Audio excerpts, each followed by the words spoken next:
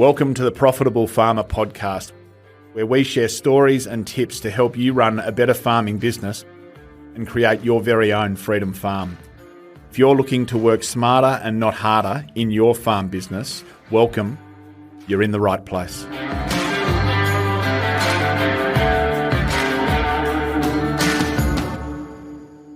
G'day everyone, Happy New Year and welcome to Profitable Farmer podcast. It has been a really protracted, challenging season 2022 for so many of us. Harvest is still coming in. You know, a lot of people with a huge range of results given just how much water we saw across the country in 2022. Thinking of you guys as we navigate things like harvest through our festive season, and all the best to those of you still working tirelessly to get it done. I want to encourage you all, probably this year more than ever, to make sure you get a break after this Christmas and New Year's and after this silly harvest. It is just so important that we re-energise. In this podcast, it gives me great pleasure to welcome a great mate of mine, James Kelly, back to our podcast. JK was on Profitable Farmer, I think, mate, just over 2 years ago. Yeah, I think it was August of 2020. Yep. And JK's snuck up to our farm from Melbourne just to say good day, and we've covered off a fair bit in the last 24 or 48 hours. JK, how's pretending to be a farmer treated you? Well, it's been good. We scared a couple of kangaroos yesterday and a couple of rabbits, which was fun. Learnt to shoot cattle out of the house paddock, which has also been fun. And just gone for a drive around the property, which has just been amazing to see, and learnt tried to learn a fair bit about about the cycles of weeds and grass in a paddock, which has been actually really, really fascinating. Great having you here, mate. So we encourage all of our FOA members and clients to take that time away this time of year, and then to get their families and teams together to set down a common plan for the new season that lines up with a 10-year vision, a big, hairy, audacious goal. And then we teach people to map that 10-year vision back to 3-year targets, 1-year targets, and then quarterly plans. And so we've got a rhythm there that we work to that I think's proven to really help people implement well on strategic plans. What I wanted to explore, like I said, just before we get into this, I want to encourage all of you to consider that at this time of year, to get off farm, go and book the local library, or find an RSL club, or get away to the coast and actually just have some time sitting, reflecting on the year that was, learning where you can so that we can improve for next year, but locking down some meaningful goals and plans for the new season. What I wanted to explore again with you, JK, today is how to align a family and a farm business team to a common strategic plan or a common direction. Often there's misalignment or different views, and even conflict and real tension within farm family teams. And I know this is a real passion of yours and a real sweet spot. You help business teams come together and get aligned around significant construction and other projects. What sort of money are we talking about? How big are some of these projects that the leadership teams that you work with responsible for? So I think the biggest project that I'm currently working on is 11.2 billion, which kind of you struggle to even get your head around. A construction project can be, or an infrastructure project can be that big. And then right down to, on the smaller end would be sort of about 150 million.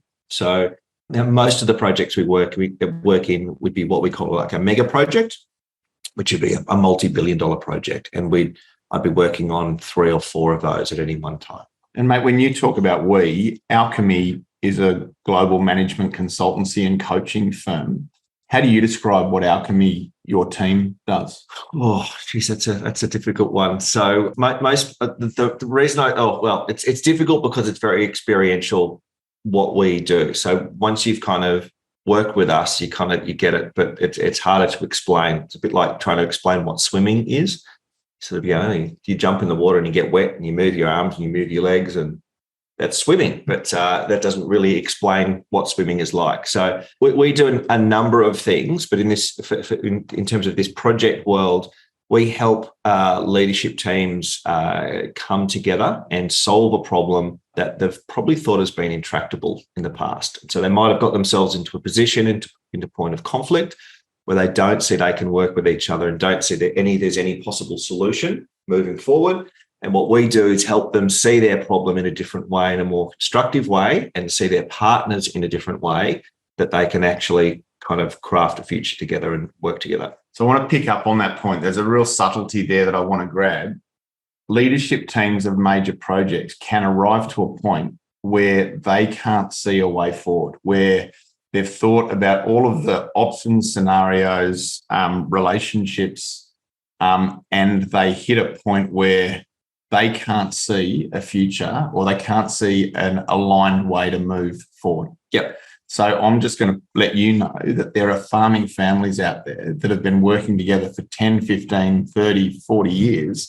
And in that journey, those family business teams absolutely can arrive to a point where, they feel like they've tried everything. Yep. They feel like they've had every possible type of conversation. They've brought in the succession planners, they've brought in the consultants, they've brought in, so they've tried everything, and there's still tension and there's still misalignment and different views. Yep. So I guess irrespective whether it's 50 leaders in a room of a multi-billion-dollar project or a farming family, I think the principles and the issues are going to be really interesting to work through. Yeah, absolutely. So with that $11 billion project, mm-hmm. I would imagine, is it one company, or is the leadership team for that project potentially a host of brands and logos and companies? So you might have a leadership team which might be 12 people, and that might be a consortia of sort of 6. So you'd have a client organisation. In some cases, you might have multiple client organisations. You'll have some designers, and you have some contractors. And so very complex, because everyone's got their own drivers, which I can imagine would be the same with this as well. So when you've got those divergent drivers, that often kind of gets in the way of having productive conversations. Mm. So the conflict often isn't necessarily a personal thing. It's just the fact that people want different things out of any given situation. And so what we need to do is then find a way for everyone to win coming through that, and actually everyone get what they want out of, well, at least get some of what they want out of whatever kind of intractable situation that they're in. So how important is it for people to be willing to move forward, for them to feel like they're getting a win? Well, critical. So if people don't feel like they're being heard, if people don't feel like they're going to get something what they want. Now, the key bit here is also getting people kind of off a position of wanting to get 100% of what they want. You've got to get them back off that to actually sort of say, well, if I get 100% of what I want, that means that you're not going to get anything that you want. So, and so you've actually got to get them to come back to say, well, if I can get 70% and you can get 70%, and having them see that as a win. Yeah. So when you arrive into a meeting room or a team like that has arrived to that point where they just feel like there is just no clear way forward. Yep. There's tension, stress, conflict, I imagine, at times. Yep. What's your process? What do you do? Like, is there a sort of a broad sequence that you move through, or broad principles that you move them through? How do you help those teams move through that tension? Yeah, the answer is depends, but generally there are a couple of principles at play, which is probably worthwhile me talking through today on this, because they're universal. So the first one is, we use a terminology of a breakdown. So a breakdown is when things aren't going as well as you planned, or not as well as you planned, as you planned, there's a breakdown. So that breakdown, it could actually be good. So it can be like, things are going a lot better than I thought. So let's just say you get, now I'm going to show my lack of farming knowledge here, but let's just say you get a great amount of rain. You're not expecting rain, and you get a great amount of rain at the right amount of time, which helps with, which helps. Yeah. So now all of a sudden you've got this breakdown because you've got too much feed. Yes, it happened this year for us. Yep. Absolutely. Great. So You've wow, got all this feed and I don't have enough livestock. I've got a breakdown. Okay. And so you've actually got to deal with that breakdown. Yep. You've got to change your plans. You've got to do something. You've got to do something different. Now, also it kind of works in the reverse as well. Like, okay, something's not going as well as I think it is. Yeah. And so I've now got a breakdown. Something's got to change. Now, the important thing about a breakdown, and in these situations around alignment, is to actually action a breakdown in either direction. At first, it needs to be declared. So first, you need to say that's not working. And once you say that's not working, you can fix it. I'll just use a personal example. We've been talking about my back over the last kind of few days. I've got a lower back issue. Now, I have been kind of dealing with the fact my back has been like naggingly sore. And then every now and again, I pop a disc out, and then I have a week kind of lying in bed, and then I get a bit better. Now, I haven't actually been dealing effectively with that breakdown because I haven't been willing to say, like, my back's screwed. I actually need to do something about my back. So because I haven't declared a breakdown around my back, you're tolerating it. I'm tolerating it. I'm just tolerating it. And so it's working in the background. It means that I haven't been riding as much as I want. I can't get out and do a whole lot of stuff with the kids that I'd like. I've just been tolerating. It's been nagging. It takes a whole lot of energy to kind of to maintain this. Now, when I go skiing, I have to wear a back brace. I'm like, am I really? I mean, I know I've got a grey beard, but I'm like, am I really that old that I need a back brace while I'm skiing? So because I haven't actually declared a breakdown around my back, I'm not dealing with it effectively. I'm just tolerating it. And because I'm tolerating it, it takes a whole lot of energy away. So getting a team to actually give a label and a name to an issue that is not of a situation that's not where they wanted it to be. Yep. Declaring a breakdown. Yep. Giving it a name. Huge. Yeah. Hugely important. Because if you don't do that, I mean, we're in denial, right? Or we're avoiding the problem, or we're not actually giving the problem the weight that it needs. Or you're treating the problem as like gravity. And this is often, it just is. It's just like, well, yeah, I've got a sore back. That's just the way life is. That's just kind of how I am. Well, I've got to break down this relationship with my brother or sister or, kind of other family that's just the way it is. If you're just tolerating it, you're not actually dealing with it. And so as soon as you can actually label it and kind of put some edges, around it, as soon as edges are around something, you can actually action it. So as soon as I've said with my back, it's broken, well, not literally broken, but I've got a breakdown with my lower back. Okay, well, what do I need to do? Well, I need to get someone to help fix it. And so then all of a sudden I go from kind of a level of action, which is like back brace and doing some stretching and resting. And so not actually doing anything really effective to fix it. Now, I've got the strength and conditioning coach from the Australian Ballet helping me, and all of a sudden I've gone from, having like monthly and daily soreness with my back to now, as soon as I've started seeing her, 2 months without an issue. And so it's kind of like, okay, so now I'm taking effective action to actually deal with the problem. Now it sounds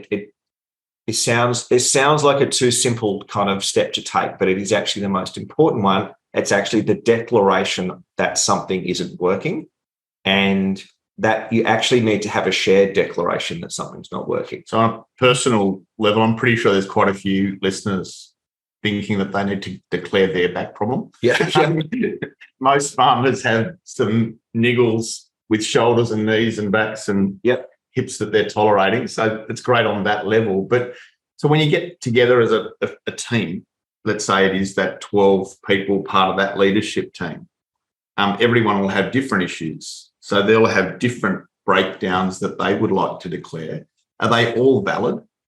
They're all valid. But really there'll be whenever this is happening, there'll be like a shared, there will be a shared breakdown. So although it's important here to distinguish the things that are kind of causing the breakdown from the breakdown. And so, like, I might have a problem with, how you communicate with me. Well, that's not the breakdown. The breakdown, that's a problem we can fix. It's causing something else. And so the breakdown is normally and best described as a future state which is at risk. Okay. And so it will be, and that's normally where you can get alignment. People have varying views on what's causing that, and that's something you've got to unravel. But it's important to kind of firstly go, well, if we keep working the way we're working, then from a future state perspective, what's at risk? So if we go back to the breakdown of, rain at the right time of year produces more feed than we thought, well, then we're going to get to the end of the year and we haven't maximised, our yield, the opportunity.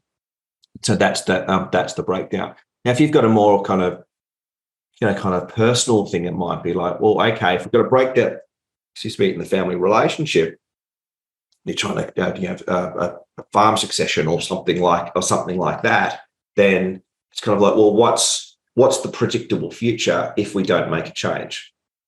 It'll be like, oh, well, we'll have to divide the farm up and it won't be economically possible, or we'll have to sell the farm and no one wants that. And so you need to get people to actually face into that's the breakdown. So the breakdown is actually is best declared in a future state. A risk or a cost into the future if we don't resolve this now. Yep. So what we talk about and for our members, we have a list called brick list. And the bricks are the problems that we're carrying around that are weighing us down. Yep. And so we do get teams to come together and identify what are the bricks. And we do to get them to rate them as sort of major, medium, minor, and try and actually then prioritise their brick list. So they're working through or clear on, they've got on paper the issues, the breakdowns, I think that they need to move through. From a negotiation standpoint, one thing I've learned is the importance in a negotiation when you are aiming for a win-win outcome of painting both brightness of the future, if we get this right, and what most people, I think, forget in their preparation for a negotiation, JK, is darkness of the future. Mm-hmm. So what is the likely outcome if we get this wrong? Yep. And I think that's what you're saying is this is the issue, let's name it, and then let's look at what could go right. Yep. Because that could be aligning for people to go, right, well, if we do the hard yards now and work this through, we get to keep the farm, we get to expand, we get to stay together as a family. That's great for future generations. But what if we get this wrong, or we don't take responsibility and work through this issue now? To your point, we'll need to sell the farm. We'll need to split up relationships. We won't have Christmas together. Yep. I think there's power in painting darkness of the future when you're trying to impact change. It's massive. And this is a really important. Now, we use different language than you do, but exact same principle. We say predictable future. So what's the one what's the predictable future, the predictable result that's predicted by our current set of actions? So if we're not getting along, we can't communicate, we're fighting, well, let's just go forward 5 years. Where do we end up? And that's always a pretty bleak picture. And it's surprising, like when we come in and do this work with teams and they don't change, well, then then come back in 6 months' time or a year's time. And it's like, when we thought we had a problem, well, yeah, we actually had that workshop. We ran through that process with you. We didn't do anything. We didn't do anything differently. And now we're in a real kind of problem now. And you get out, okay, well, here's what you said the predictable future was. They're like, oh yeah, all of those. So it's surprising how good we are at actually being able to predict that from our current state.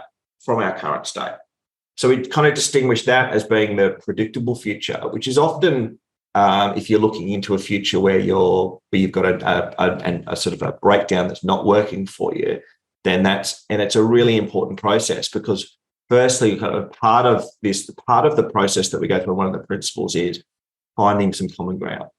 And then as soon as you find common ground, like a postage size stamp of common ground, you build from that. But what people are finding in that process is common ground around what they don't want. Correct. And so it's still common ground. So that's an aligning process in and of itself, which is great. Yeah. So then what? Well, then we have that's called the predictable future. So that's the one that's predicted by our current set of actions. The next one is what we call our desired future. So that's the future that we want. I think you call that your brightness of the future for us. Yeah. Yep. So the brightness of the future, you then sort of say, well, okay, if that's not what you want. And so from the predictable future point of view, sometimes you work with teams and they'll kind of get that. And it mightn't be a great story. And you actually say to them, like, honestly, can you deal with that? And they'll go, yeah. And you go, great. Well, then there's no need to do anything different. Like, if that is actually okay, then that's fine. Then if you're aiming for okay. Do you find people do settle for a suboptimal outcome? Almost never. Yeah. Almost never. Yeah. But once they've painted that darkness, most of the time, most teams, I would imagine, think we're better than that. Yeah. So they want to go for a more optimal or more desirable future. Yeah. So then you have the desired future, which is one we distinguish a desired future from a pipe dream future. So a pipe dream future is something that you can because we can say anything we want about the future, because it's just all exists in language. We can just go, hey, listen, we could be best friends. We could be kind of blah, blah, blah, blah, blah, blah, blah.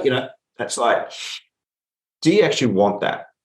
I'd be nice if we had it. I'm like, okay. So the giveaway is always in the language. It's like, okay, no, that's called a pipe dream future, because pipe dreams you don't do anything about. They don't inspire action. And so you actually want to distinguish, okay, we could just sit here and define a future that's kind of amazingly glowing. But if you're not really committed to making that happen, then it won't inspire action. So the purpose of a desired future, or brightness of the future, it's actually about a story of the future which will actually inspire action. And what you'll also find there is most of the time there's a real alignment there. So in any of these situations, these competing parties will actually want the same outcome. So once again, you're building that alignment, and then you're building from there. So I've seen that a lot. Facilitating succession outcomes, there can be tension in the now, but when you actually sit down and say, hey guys, what is it you each actually want, and get people to go away and document that and come back and report back to their family on what they want for 5 or 10 or 15 years. So often there's complete alignment. Yep. It's almost the same story from each of the individuals. Yep. There might be some minor adjustments around, I'd rather be running a few more cattle, a bit less sheep, maybe a bit more cropping. But in terms of what people want for the people in the room, when you actually stop and get away from the tensions in the moment, it always surprises me, really, just how much commonality there is around what people are wanting to achieve. Yep. You find that in corporate teams and big business as well. Completely, because what people don't, as a rule, people get trapped in the now and the doing and the action, and it's often those, we want to kind of go, the action, the way you're doing this is a breakdown, which is not. It's not the breakdown. It's just an annoyance. And so when people kind of go, well, I want you to change. I want you to change the way you do this. And because they don't have any context for changing that feels like a loss for people. It's like, hey, you want me to change the way I'm doing something? Because you haven't actually created the context for, well, here's what we're both committed to. And by changing that, we're more likely to make that happen. Yeah. As soon as you can kind of make that link, so all of a sudden people go from like, well, it's intractable because you're asking me to change something and I can't change the way I'm doing that. As soon as you've created some new context for what's possible, people are like, oh, okay, now I can change. So just on this, so often in farming, but also in small business, my experience is people think, a vision statement or a vision that's fluffy BS, and we don't bother with it. Yeah. But what you're saying is the vision has a really important role in helping people have some context for the challenges they face in the short term. Yeah. Yeah, Absolutely. And it's it's one of these things about, well, why are vision statements and objectives? So objectives are a statement of the future, and a mission, a vision are also kind of statements of the future of what's going to happen. And it's so easy to kind of fall into, it's fluffy, it's kind of this or that. It's like, but you really sit back and think about it, like, it's been all these kind of management leadership experts, and they keep saying, and for years and years and years, like decades and decades and decades, we've been writing vision statements. And it's like, there must be something in it. Like, there must be something in it. And that's why there's something in it. And so the important bit here is, if it's like fluffy, that's a pipe dream.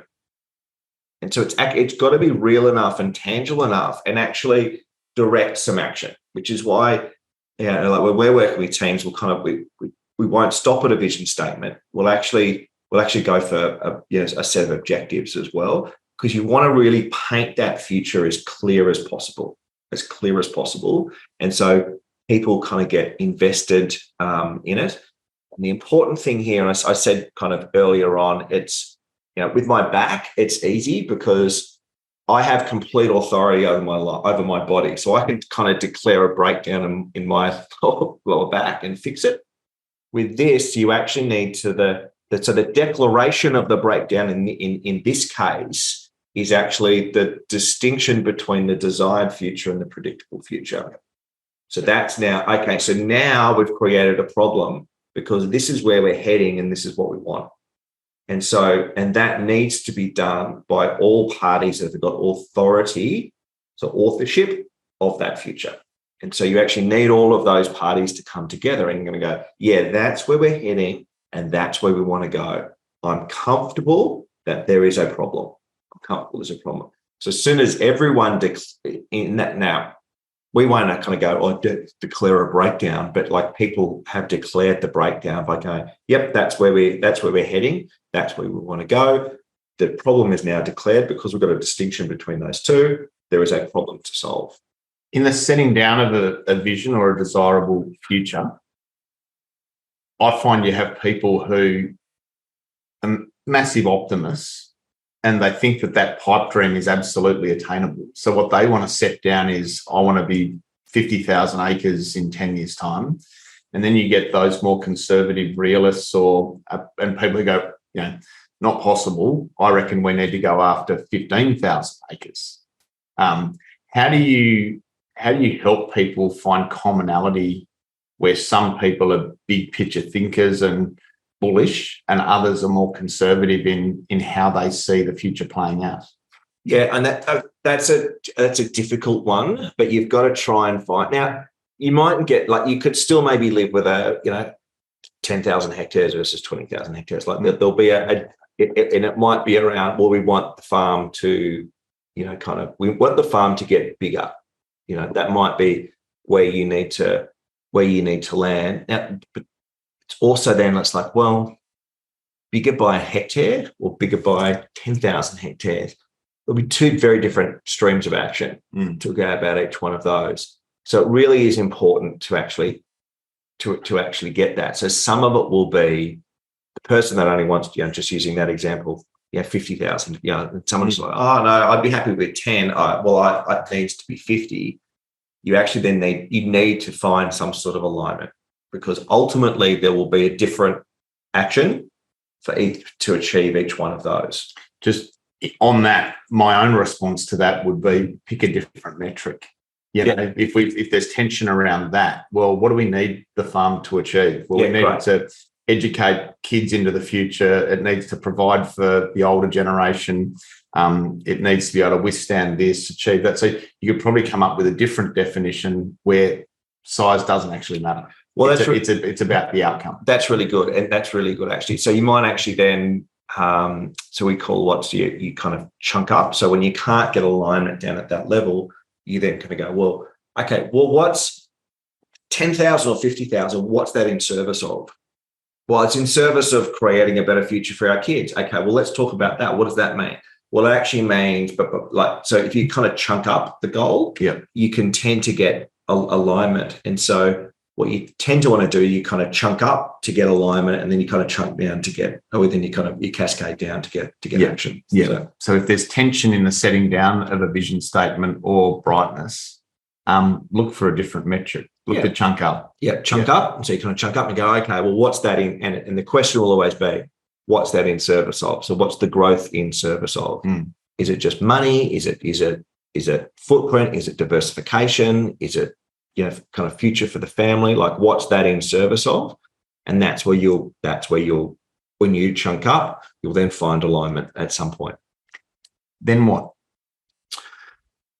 So the next bit is then talking about the here and now. So now we've got some alignment on where we're heading, and we don't want to go there. And now we've got, and we've also got where do we want to get to? So what you really want to, we say this crudely, so I'll say it crudely with you. You got to rub your noses in where you're at right now. Got to really rub your nose in it. So you've got to then sort of say, well, okay, what if from the predictable future perspective, what are we currently doing? So in terms of actions, what are the actions that we're currently taking that are heading us towards that predictable future?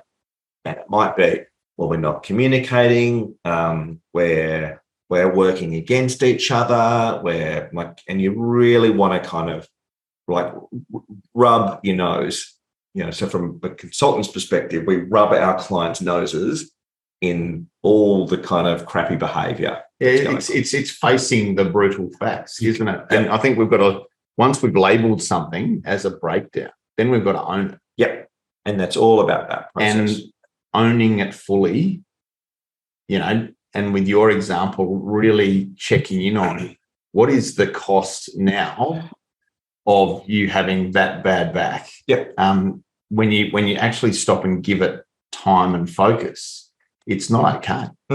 And so, the fact that you're not communicating with your brother or sister-in-law or parents, or, there isn't clarity around succession, or there isn't a willingness from all parties to come together to set down a meaningful plan. We're not making time for these meetings to actually bring our farm teams in. Like, when you stop and look at these things, they seem, when you can tolerate them and pay lip service to them, but when you look at them for what they are, they're actually really big issues that, if we're honest with ourselves in the moment, are not okay. Yeah.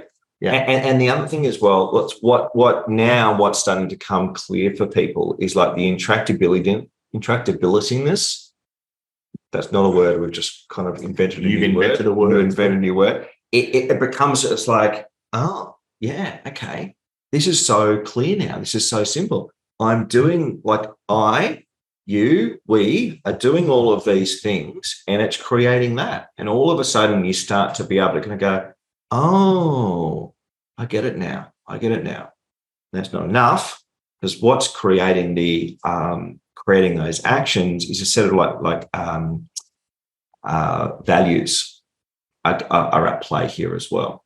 So one of the really important things about this and like creating a new future and kind of getting some different action is you've actually got to change the perspectives in 3 domains at once. 3 domains are the future, so we've talked about that. Now, which is action, and then past, which is like values and beliefs. And so then you've actually got to go back and sort of say, well, okay, for us to be kind of those values, so those actions of, not communicating, kind of whatever those are, what must be our values and beliefs? And it's like, well, yeah, I don't trust you. I'm out for me, and so you actually then need to get those values and beliefs out, because we actually need to create change in all 3 of those areas. So in the rubbing the nose in it and facing the brutal truth of the breakdown, are you suggesting we need to look at what are the values and the beliefs that have got us into this? Yep. And they're perhaps values and beliefs that aren't serving? Yep. So as you say, aggression, disrespect. I don't feel like I can trust you. Yep, you're right. I'm in it for me. I'm not in it for anyone else. Yep. I want to keep control as the older generation. I don't want to give it over. I don't trust that if I give over responsibility that you're actually going to make it work. You've actually got to have conversation around the values and the beliefs that are arriving you to the problem. Yep. So how easy is it for those corporate teams that aren't family members, aren't brothers, sisters, mothers, fathers? How easy is it for them to have a vulnerable discussion around what's not working and the values and beliefs that have got us into this problem? So I suspect easier than the family. Yeah, but can we play with the business team, looking after a construction project? Do they find it challenging to have conversations around those brutal truths? Yeah. So with the process that we normally use, we'll do a whole lot of interviews. So if there's a breakdown to be declared, we'll do a whole lot of interviews, and then we actually play back the key themes from the interviews, and that's a really good way to kind of get it out in the open. And the other really important bit is, which I've probably kind of skipped over, is a really important aspect of this is listening and having people experience being listened to, because often in families particular, people don't experience being listened to. And so therefore there's like these huge breakdowns in communication, because well, of course there's a breakdown in communication. You never listen. You never listen to me. They're like, and before even the person's kind of finished saying that, the other person will just listen to you. It's like, that was a very good example of, kind of not listening. But having people experience being listened to is an incredibly important part of this, because once you're actually really trying to understand my world and what's important to me, and that's a kind of important foundational bit for me to be able to then trust that we can actually create something together. Yeah. And so, and that's where having a facilitator is a really important step in this if there is conflict and tension, because the facilitator can play a really important role in allowing someone to feel heard, where in the paddock or at home in the business, that isn't their reality. So they get it. Like when someone feels like they're not being heard, they're in defensive mode, aren't they? But the moment they get to feel heard, you can just see their whole physiology change. Yeah. They relax, they re-engage. So, and so just on that, and sometimes we'll get like someone will say, well, I want this from and I want this from the future, and someone will be like, well, I don't understand why you'd want that. That just seems silly. And so then you'll kind of pause and you'll kind of go, okay, I now want you to listen from the perspective of completely understanding like why that person feels that way. I don't want you to necessarily agree with them, but I want you to ask enough questions that you actually get why they feel that, and so then that person needs to kind of go, okay, well, why do you feel that? Why, and they actually need to take them through a process when they kind of go, got it. That's not my reality, but I get, if your reality was my reality, I would want the same thing. Yeah. Get people to empathise with people into the future. So if family members now have had tension in their backstory for years, and two brothers or a mother and a son or whatever who are trying to work together in a farming context, there's been tension, and we're asking them to come together and set down a strategic plan for the future. It's logical that they're going to arrive into the room with those values and beliefs from yesterday. How do people navigate those sorts of conversations, I'm going to say, without a facilitator? If they are going to sit down and come together in January and listen to this podcast and go, right, well, what are the breakdowns? And if we don't fix these breakdowns, what's going to happen? And if we do fix these breakdowns, what could happen? Yep. But what's keeping us, or what's creating this breakdown? Are there ways that families can have those conversations in a respectful way, more so than they've been able to achieve before? What tips have you got for people on that? Well, I think there's a messiness to all of this that you need to, which is what this helps distinguish. And so if you're messing a conversation about future and beliefs and values and desirable future or what you want, and then, well, they'll never get there because you behave this way.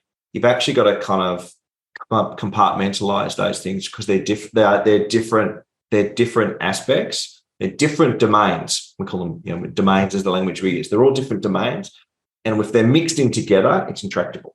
So what you actually need to do is kind of go, well, it's a conversation about the future, split into two parts. So what do we want versus where we're going? Then where are we going? So what are we doing that's creating the where are we going? Then there is, well, what are the beliefs that we've got about each other, about ourselves, about the situation that's creating those actions which created that predictable future? So that's the third kind of domain to distinguish. The next important one, you've got to kind of create now new ways of actually working in that. So then it's the next conversation is all around, well, okay, if I believe this, has me act that way, has me get that predictable result, I don't want that. We've already mapped out the desired future. So then you kind of want to, rather than just the normal way we go about kind of operation, is we kind of go from a kind of beliefs perspective or perspective and then kind of work forward. We actually work backwards. So we work from the future back. So you kind of come from that desired future or the brightness of the future. Yep. Brightness of the future declaration. And you say, okay, well, to achieve that, what would we need to do? What needs to change? Yeah. And so it's like, well, we would need to do this, and this. So all of a sudden, something that's completely intractable comes down to like, well, if we actually did these 5 or 6 things, that are completely doable and completely uninspiring in terms of what they need to be. It's kind of like, well, and often it's really simple stuff like, well, we need to come together monthly to talk about this or quarterly to talk about this. Like it's often very, very simple things that we're not doing. But then it's like, well, to make those effective, like what do our beliefs need to be? What do our values need to be? And so then you can kind of go, well, okay, if I believe and value this, it's going to create that action. It's going to create that future. So the subtle thing here, I think that's really significant is if you sit in a meeting now and focus on the breakdown and, what people are doing and how they're behaving that is arriving us to this problem, by default, you make people wrong. Yep. And no one likes to be made wrong. And in a family context, if you're sitting there going, oh, you're a grumpy bugger, you don't respect me and you're not willing to hand over responsibility or whatever, that's a very personal conversation that is only going to upset one or more people. What you've just described is you're not making anyone wrong. You're going, righto, well, here's where we want to get to. Yep. What are the behaviours and the values that we need in play to arrive us to there? And what are the things we need to do to arrive us to there? There'll be breakthroughs, insights. Oh, as you say, we need a monthly meeting. We need to have a daily huddle. I'm a massive believer, JK, that there is most of the time a really simple chess move that we can make or a really simple system or structural change that we can make that can drive out most of the actual issues that are playing out in our reality. And I think this is true in a family context as well. The value of a daily huddle, the value of a weekly meeting, the value of going off-site monthly and having a consultant or a facilitator lead a conversation rather than us trying to have that conversation for ourselves. Yep. These are little changes that can make a massive difference over time.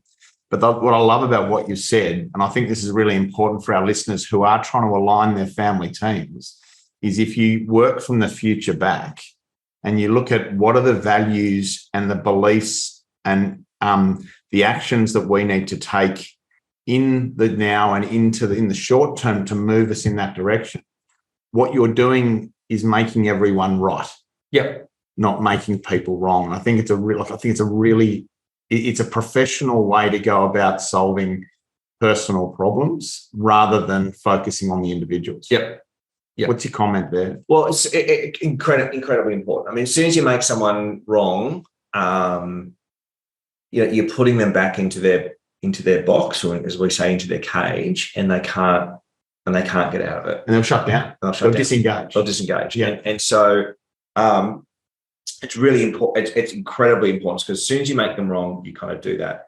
Now so I just wanted to pick up on something else you said there, and I think it's like, if you are getting external support here, there's no advice to be given in this process that has any value. And because say if a team comes engages me to come in and help, and they'll be like, well, what should the desired future be? It's like, I don't have any authority in that domain. Like, I can't declare anything on your behalf. You're the leaders. You've got to do that. And so really important here is that if you're trying to kind of create, if you're trying to get through one of these intractable situations and you're hiring consultants to come in and give you advice, you're probably not going to get the breakthrough you need. And that's the difference between a consultant and a facilitator. Correct. Yeah. And so what you need is, because the consultant doesn't have any authority to be saying, well, you should be doing this differently, you should be doing this differently. Now, as soon as I do that, as soon as a consultant comes in and do that, the consultant is making someone wrong. And so, straight away you've set up, you might have paid, kind of X $1,000 for a consultant, and it's advice you'll never take, because you've put me back into my box, into my cage. I'm not going to be listening to you. So that's a really interesting insight as to how, if we're looking for a quick fix from our advisors and we want them to come in and solve our problems for us rather than doing the heavy lifting for ourselves, there probably won't be change. Probably not. Yeah, and I think this is unless you've given them some authority over that. Yeah. If you've given them some authority, like sometimes you're going to go, like, I don't know how to fix that paddock. And then someone will come in and go, well, here's the advice: spray this, do this, do this, do this. And you're like, okay, right. And you go and do it. So if you've given them some authority over that, now in matters like this, you'll almost never give someone outside of the family, outside of the team, any authority. Yeah. Great. Is there another step in this process?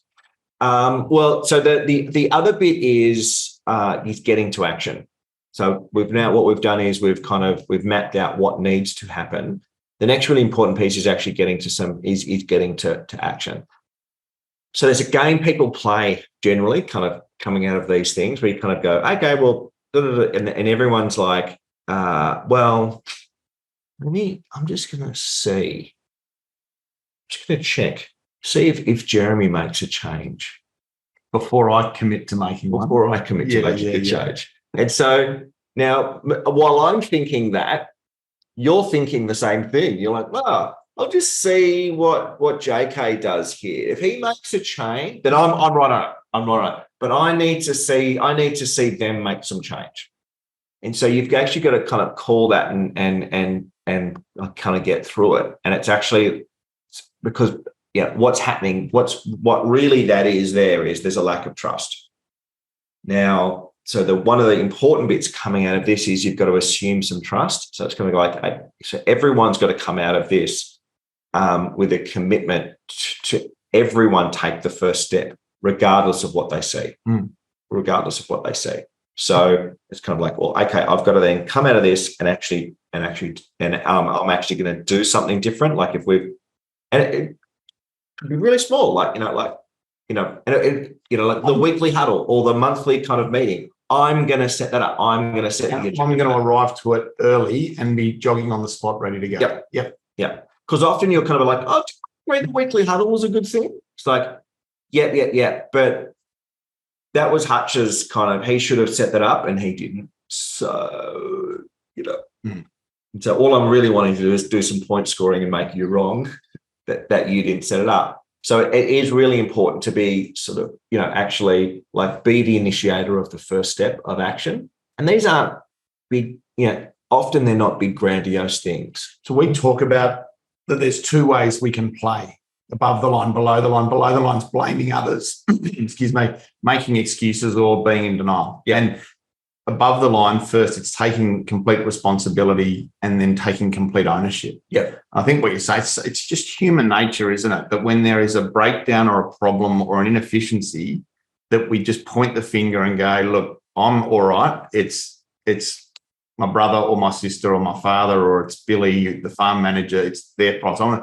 going to sit back and wait until I see them take responsibility for this before I do anything. Yep. What we're actually doing in that moment is we're below the line. Below the line, completely. We're in a sort of a victim mindset. And so what you're saying is that if everyone leaves that meeting and takes complete responsibility for the change, that's where we can make a meaningful start. Yeah.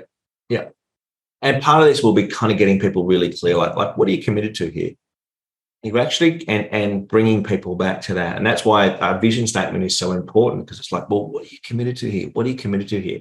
It needs to be laid down with enough sort of emotion that it creates action in itself. And if it's fluffy, then it's not going to be enough to kind of really drive action. Now, so the other thing that gets in the way of action, which is something that you're going to need to kind of get over in terms of the process that you're running through as well, is that like sometimes stuff has happened in the past that we kind of sit it in the future. So it might be like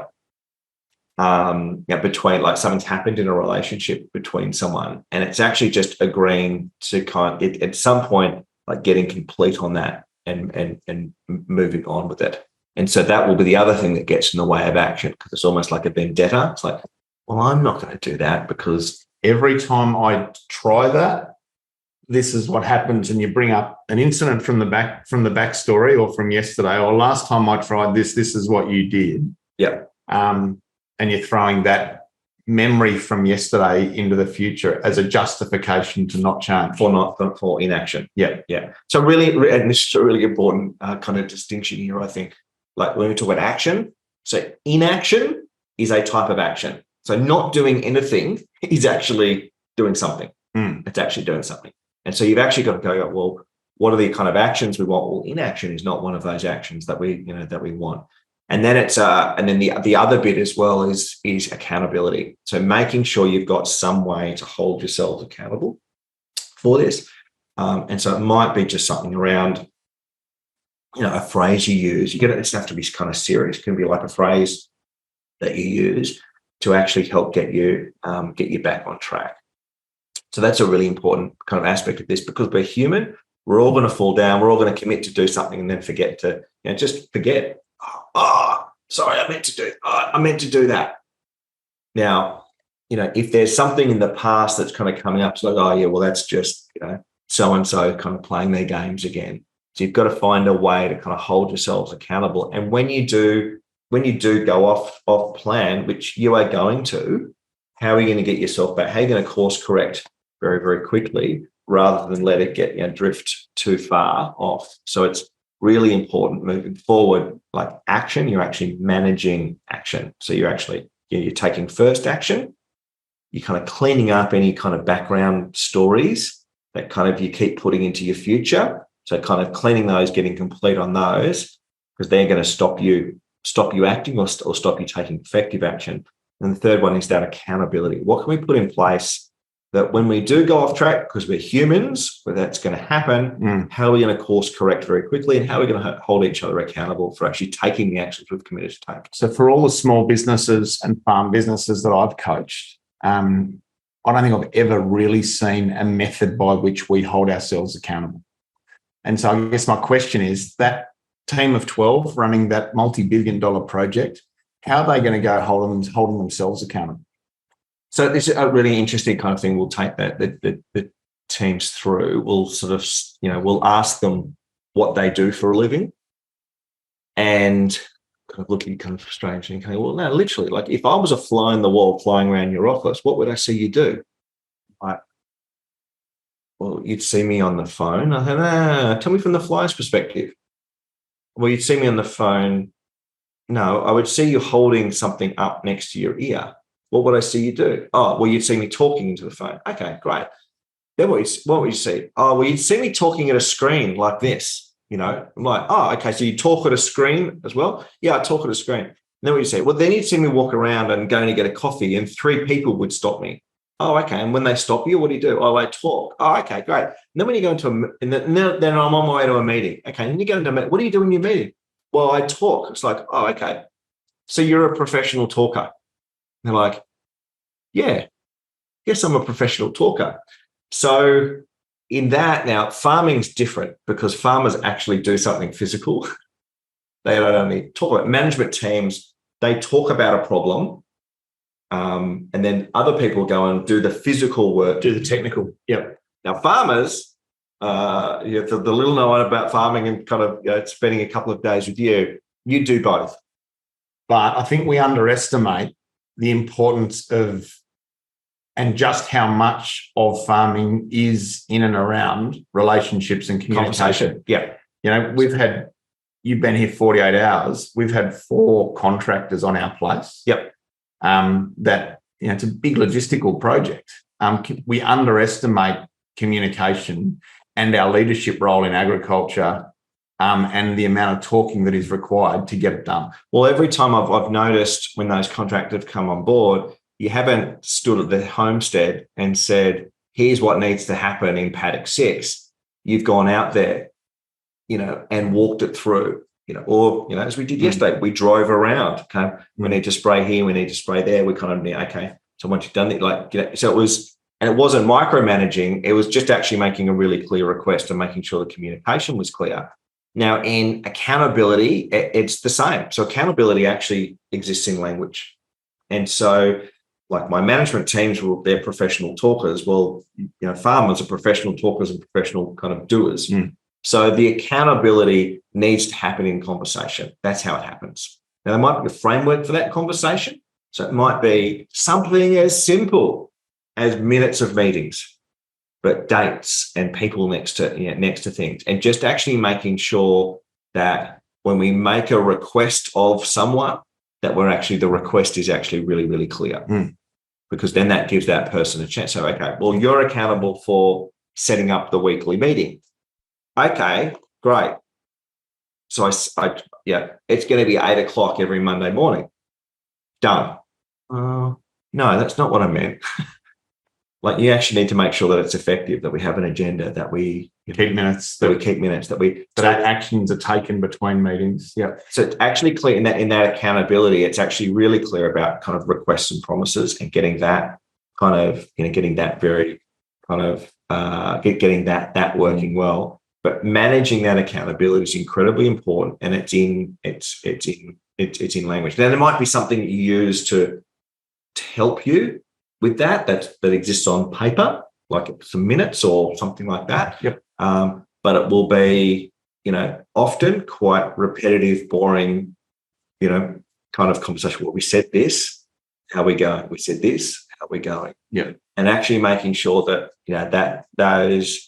that accountability is actually taking care of that desired future, or the brightness of the future conversation. I interviewed 3 of our members in our last podcast before Christmas, and they all spoke of the value of having a coach hold them accountable. And I think a big reason why FOA exists, and one of the key reasons why our members are just getting such spectacular results, is perhaps for the first time, their farm business team and their family has a model for accountability. I think that's just, it's absolutely so important to implementation. And I think it's also in that as well, because that's often part of our role, be holding the leadership team to account. So I don't buy into the problems that they have and the excuses that they have. So it'll be like, okay, so we said this, have you done that? No. All right, well, let's have a conversation. Oh, no, I haven't done that because no. I don't care about. I'm not interested in carding or haymaking. We said we were going to have a daily huddle. I get you busy, but we said this. So let's just focus. No. It rained. It didn't rain. No. You said you were going to set up a daily huddle. So what's going to happen? And you haven't done that. Now let's talk about the impact of that. And the impact will always be then back to predictable future. Yeah. So we're going to drift back to the predictable future. Right. Okay. So what needs to happen? Re-promising in that. And I think that's the benefit of having someone external, because they're not going to buy into all your bullshit. That's it. 100%. It's those excuses and those stories that can keep us implementing well. And all of those they're all very reasonable. Yep. But what you want is someone to be unreasonable. Unreasonable. Yeah, 100%. So just two more questions, JK, if I could. How do you re-establish and build trust? And I know it's a big question, but just a snapshot on this, where, my brother or my sister have, said they're going to do something and haven't, or whatever, and I feel like there's trust has been corroded over time. How can people go about regaining trust so that they can move forward more fully and more strongly? Yeah. So I'd say two things, maybe one thing there is with two part. You've got to take the first step. And so you've got to be willing to go, well, I don't trust you, but I'm going to do things to demonstrate trust. So you've got to take the first step. So you've got to kind of give some trust. And I'd say start small. So trust is built over small commitments being delivered over time. That's how you build trust. And trust is lost, small agreements being broken over time. Yeah. So it's just find small things and be diligent around delivering. Actually, and really delivering it.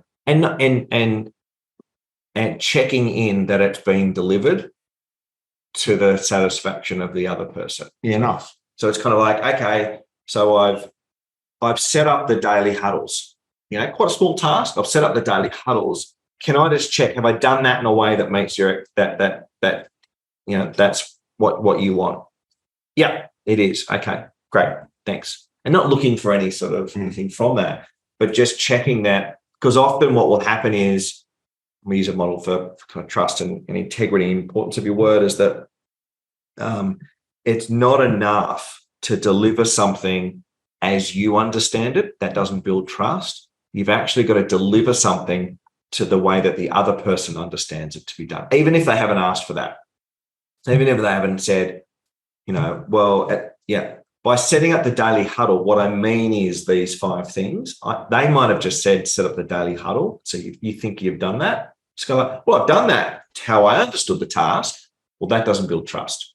Yeah. What builds trust is me actually, and even when you haven't made a clear request, the responsibility is still with me to make sure that I'm delivering against all aspects of that. Yep. Love it. Thank you. So let's start to wrap this up. It's been this is a really complex topic, aligning diverse teams. And there's so many layers to it. We've talked about declaring a breakdown, so actually making the invisible issue visible. We've talked about identifying what the future might look like if we don't resolve this breakdown, and then what the future could look like reasonably to a level that we can be enrolled and inspired if we resolve this issue. That then gives us a context and maybe some currency around which to go about solving the problem. Then instead of making people wrong for how the issue has arrived to here, if we can look back from where we want to get to and identify the new beliefs and new values we've got to move forward with in order to achieve our goal, then that is the thing that can inspire people to change behaviour. Yep. And move away from the breakdown that is. And often there is a small structural change or a chess move that will become obvious to us all that can be the thing that, if done well, could see us move past that breakdown. Yep.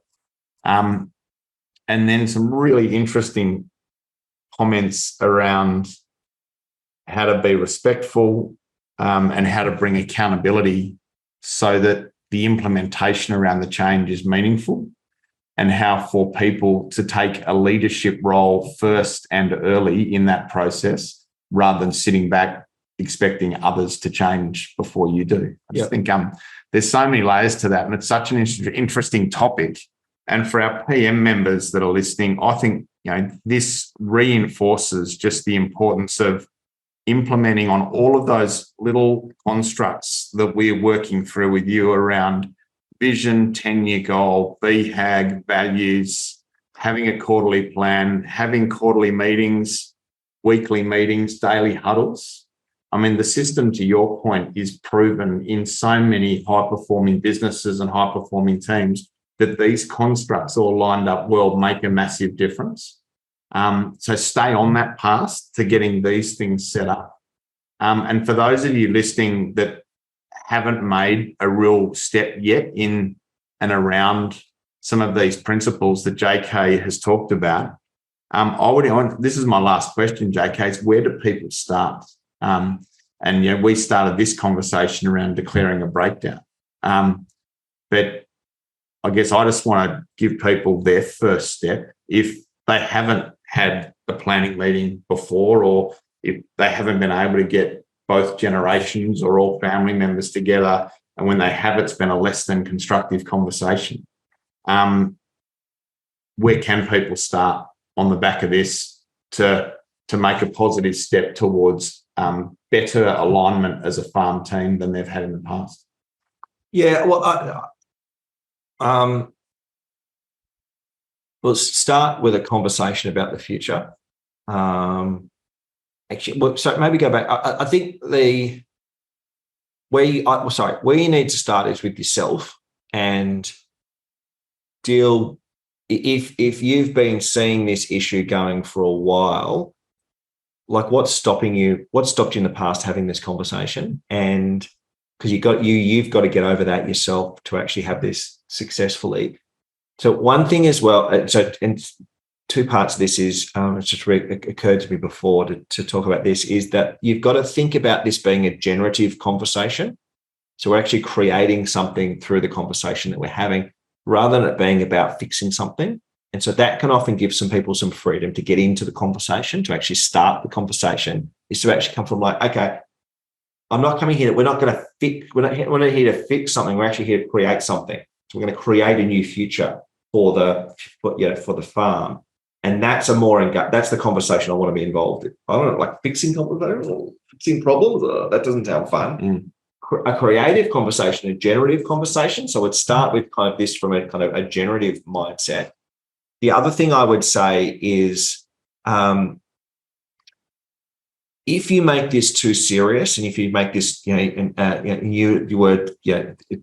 complexity of it, if you make it too complex and too big, you're not going to want to engage in it. So it's actually just kind of going, yeah, okay, I was sitting down last night looking at the stars and thinking how kind of insignificant we are compared to the stars. It's kind of like, yeah, okay, there's some big problems going on in the world right now. Like this isn't one of them.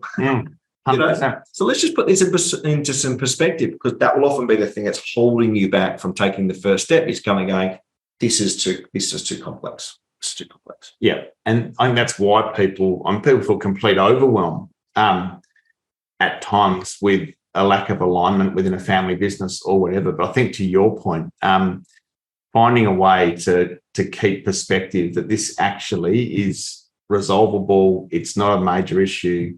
How much have we got to be really joyful and grateful for, really? So just get perspective on the problem, and you're saying go about it as a creative process rather than here to fix something. Here to fix a problem. Yeah.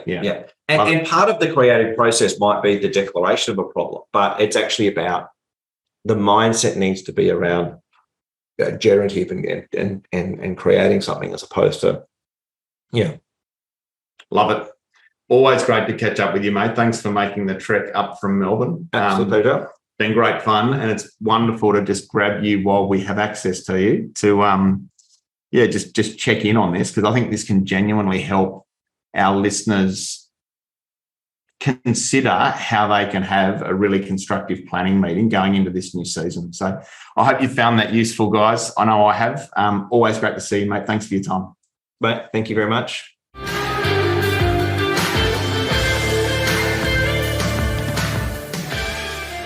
Thanks for listening to another episode of the Profitable Farmer podcast by Farm Owners Academy. If you're new to this show, be sure to follow us. If you've been a long-time listener, let your friends know about us or come continue the conversation in the Profitable Farmer Facebook group. All the best as you grow your business and create your freedom farm. Until next time, keep being incredible.